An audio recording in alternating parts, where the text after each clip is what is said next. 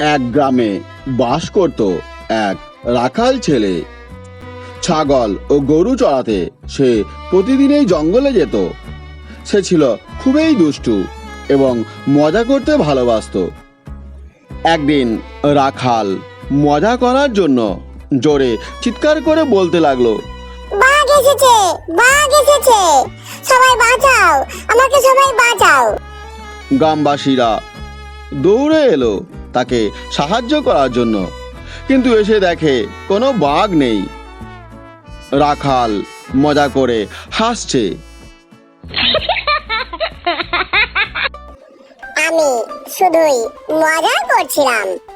গ্রামের লোকেরা রাগ করে ফিরে গেল।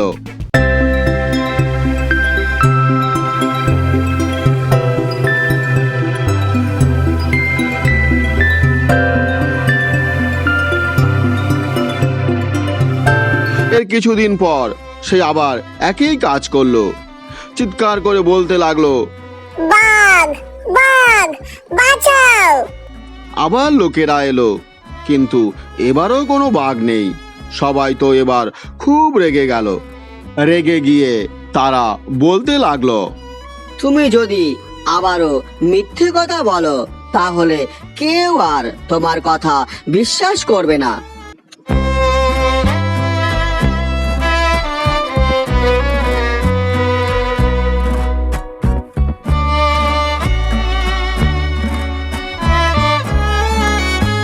এর কিছুদিন পর সত্যি সত্যি একদিন জঙ্গলে রাখালের সামনে একটা বড় ভয়ঙ্কর বাঘ এসে পড়ল।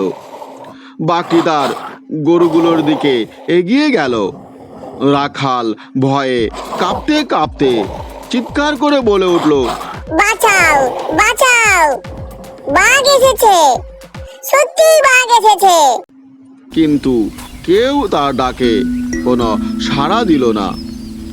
রাখাল অসহায় ভাবে কাঁদতে লাগলো। হায় হায়, আমি সত্যিই তো বিপদে পড়েছি, কেউ কেন বিশ্বাস করলো না আমাকে। শেষে বাঘ তার গরুগুলো খেয়ে চলে গেল। পরের দিন গ্রামবাসীরা এলো। কি হয়েছে রাখাল, তুমি কাঁদছো কেন? রাখাল তখন বলে যে, বাঘ এসে সব গরু খেয়ে গেছে, আমি দেখেছিলাম, কিন্তু কেউ কেউ এলো না। তখন গ্রামবাসীরা বলল, আমরা ভেবেছিলাম তুমি বুঝি আবার আমাদের সঙ্গে মিথ্যে কথা বলছো। রাখাল তখন কাঁদো কাঁদো স্বরে বলল, আমি এখন বুঝেছি, মিথ্যে বললে কেউ আর বিশ্বাস করে না। আমি প্রতিজ্ঞা করছি আর কখনো মিথ্যে কথা বলবো না।